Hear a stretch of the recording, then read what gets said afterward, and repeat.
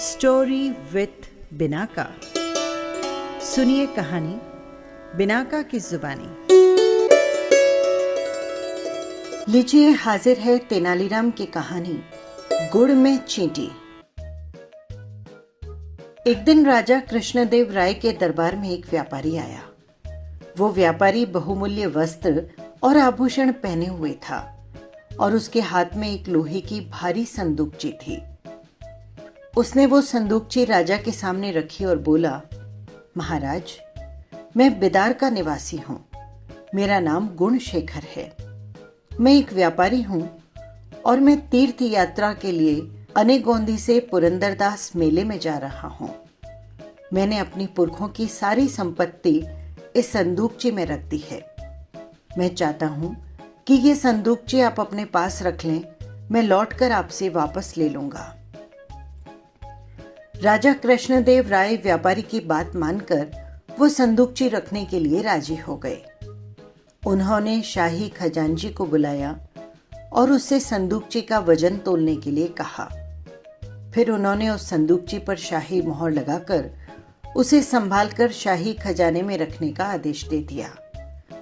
लेकिन शाही खजांची बोला कि शाही खजाना पूर्णतया भरा है, उसमें तनिक भी स्थान नहीं है, इसीलिए उसे कहीं और रखवा दिया जाए। महाराज ने वो संदूकची संभाल कर रखने की जिम्मेदारी तेनालीराम को दे दी। तेनालीराम संदूकची अपने घर ले गया और बेहद सहेज कर उसे रख दिया। एक माह के पश्चात वो व्यापारी तीर्थ यात्रा से लौटा और सीधा महाराज के पास गया और उसने अपनी संदूकची लौटाने की दरख्वास्त की। महाराज ने तेनालीराम को उसी समय घर जाकर संदूकची लाने के लिए कहा। तेनालीराम ने अपने घर पहुंचकर जैसे ही संदूकची उठाई तो वो हैरान रह गया। संदूकची का वजन तो आधे से भी कम हो गया था। तेनालीराम समझ गया कि गुणशेखर महाराज को उल्लू बनाने के चक्कर में है। तेनालीराम ने कुछ देर तक संदूकची का भली प्रकार निरीक्षण किया, फिर उसे वहीं छोड़कर दरबार में वापस लौट आया। वहां पर महाराज के सम्मुख हाथ जोड़कर तेनालीराम ने डरी हुई आवाज में निवेदन किया, महाराज, इस व्यापारी के पुरखे मेरे घर में घुस गए हैं। वे मुझे वो संदूकची यहां लाने ही नहीं दे रहे। ये सुनकर व्यापारी जोर से चिल्लाया, महाराज, ये धूर्त है। ये मेरी पुरखों की जायदाद हत्याना चाहता है। राजा कृष्णदेव राय तेनालीराम से बोले, तेनाली, हम अभी तुम्हारे घर जाएंगे। यदि तुम झूठे साबित हुए तो तुम्हें कड़ी सजा मिलेगी। महाराज, कुछ दरबारी और गुणशेखर तेनालीराम के साथ उसके घर चल दिए। घर पहुंचकर तेनालीराम उन्हें उस कमरे में ले गया जहां व्यापारी की संदूकची रखी थी। उस संदूकची से बहुत सारी चींटियां कतार में निकल रही थी। संदूकची पर शाही मोहर बकायदा लगी हुई थी। ये देखकर महाराज ने तुरंत शाही मोहर तोड़वाकर संदूकची को खोलने का आदेश दिया।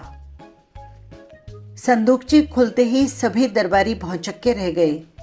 उसमें कोई खजाना नहीं था, बल्कि गुड़ भरा हुआ था, जिसे आधे से ज्यादा चींटियां खा चुकी थी।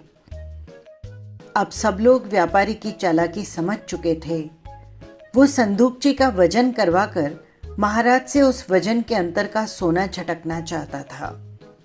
महाराज ने तुरंत उस व्यापारी को गिरफ्तार करने का आदेश दिया और तेनालीराम की चतुराई की प्रशंसा करते हुए उन्हें इनाम दिया।